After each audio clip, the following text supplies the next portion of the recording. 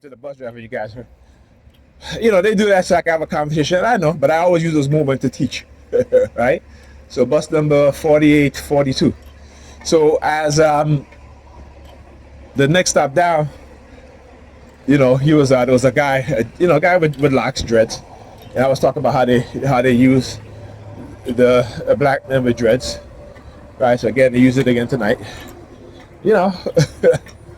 But this is what they constantly do, right? So I was teaching, just not really teaching, but just giving them some information, some truth, about you'll see the white dude, right? Jewish guy, Jewish guy. Look at it. It's probably around 12 o'clock right now. All right, it took me about an hour to get here.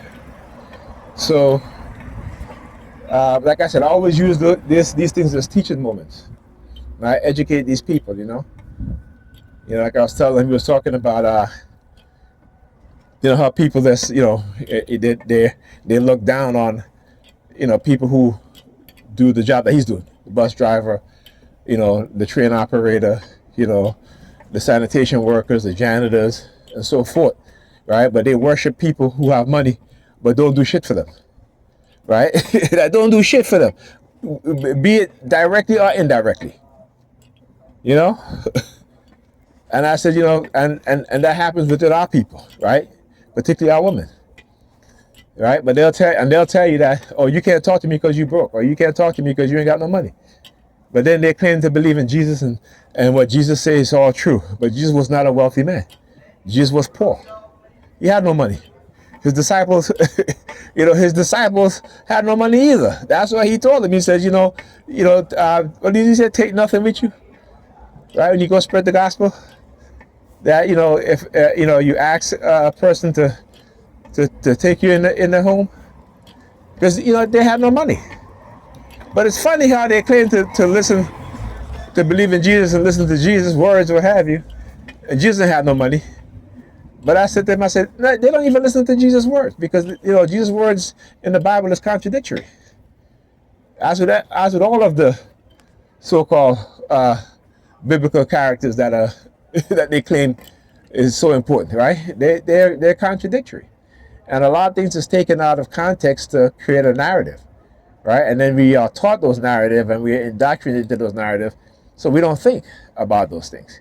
We don't think, like I always say, the Adam and Eve thing, right, and their sons, right, and Cain killed Abel, and God banished him, and he says, I am going to, when he leaves, that he's like, I hope, if someone kills me, then.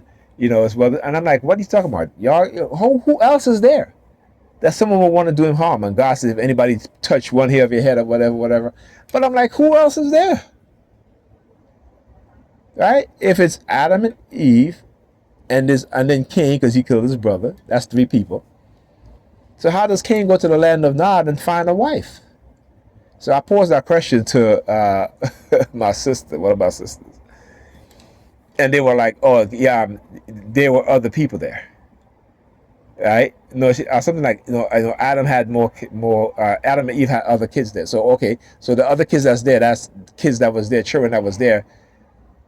I mean, how long did God take to kick Cain out the garden?